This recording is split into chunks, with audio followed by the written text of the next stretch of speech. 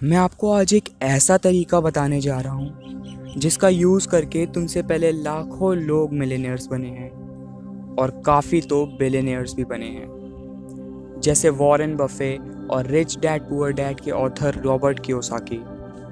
ये Napoleon Hill के book think and grow rich का एक सिंपल प्रिंसिपल है, बट इतना इजी नहीं है, क्योंकि अगर ये इजी होता तो हर कोई मिलियनेयर होता। जो लोग अमीर नहीं बन पाते उनका सबसे बड़ा बैरियर होता है उनका माइंड, और जो लोग अमीर बनते हैं उनका सबसे पावरफुल वेपन भी होता है उनका माइंड। बस फ़र्क यही है कि हम इसका यूज़ कैसे करते हैं। ये प्रिंसिपल आपको आपके माइंड का सही यूज़ करना सिखा देगा। ये 6 स्टेप्स हैं जिनको फॉलो करके तुम मिलियनेयर बन सकते हो। जब तुम खुद से कहते हो कि तुम्हें अमीर बनना है, तो क्या तुम्हें उस समय पता होता है कि तुम कितने अमाउंट पर अमीर बनोगे? क्योंकि हर इंसान का सेटिस्फैक्शन लेवल अलग अलग होता है। कोई इंसान 1 करोड़ पे खुश होगा, कोई 10 करोड़ पे, कोई 1 बिलियन पे, और कोई 10 लाख पे। अब तुम्हें डिसाइड करना है कि तुम कितने पर खुश होगे। और अगर कोई इंसान यही डिसाइड नहीं कर सकता कि उसे कितना अमीर बनना है, तो वो कैसे अमीर बन सकता है? तो पहला पॉइंट है, choose the exact amount you want to earn. अब एक एग्जाम्पल लेते हैं। मान लो तुम्हें 5 साल में 1 करोड़ रुपए कमाने हैं।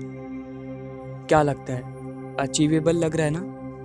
चलो थोड़ी कैलकुलेशन करते हैं। तुम्हें 5 साल में 1 करोड़ रुपए कमाने हैं, तो तुम्हें हर साल 20 लाख कमाने होंगे, और हर महीने 1,66,666, और हर दिन 5,555, और हर घंटे इवन सोते हुए भी 232 रुपीज़ कमाने होंगे।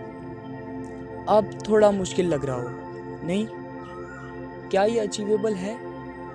बिल्कुल अचीवेबल है, क्योंकि जब हम अर्निंग स्टार्ट करते हैं तो सबसे हार्डेस्ट फेज़ होता है स्टार्टिंग का फेज़। लेकिन उसके बाद जब हमारा सिस्टम बन जाता है तो एक दिन में 1 लाख की अर्निंग भी हो सकती है। पर तुम इन सब चीज़ों को पाने के लिए क्या सैक्रिफाइस करते हो, वो मैटर करता है।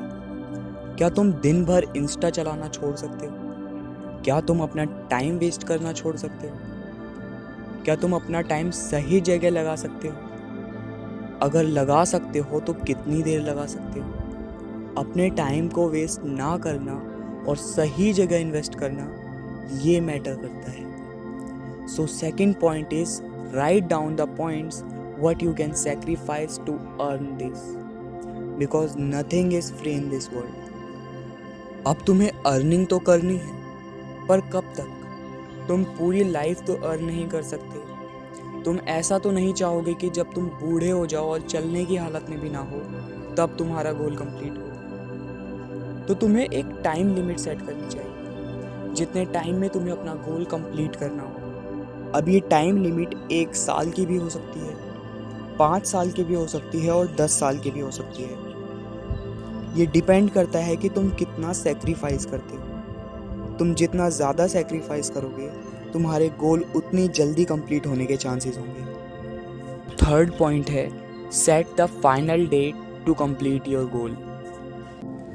तो अब तुम्हें पता है कि तुम्हें कितना अर्न करना है, तुम्हें क्या सैक्रिफाइस करना है, और कब तक तुम्हें अपना गोल कंप्लीट करना है। तो अब बारी आती है प्लानिंग की। तुम्हें अपने लिए एक्शन स्टेप्स बनाने चाहिए और उन पर काम करना चाहिए। ये मैटर नहीं करता कि वो एक्शन स्टेप्स कितने बड़े हैं और कितने छोटे हैं, बस तुम्हें डेली उन पर काम करना है। और अगर तुम्हें ये लगता है कि तुम अभी इन एक्शंस को पूरा करने के लिए रेडी नहीं हो, तो तुम्हें गलत लगता है। Do now. So fourth point is, create plans and work on it.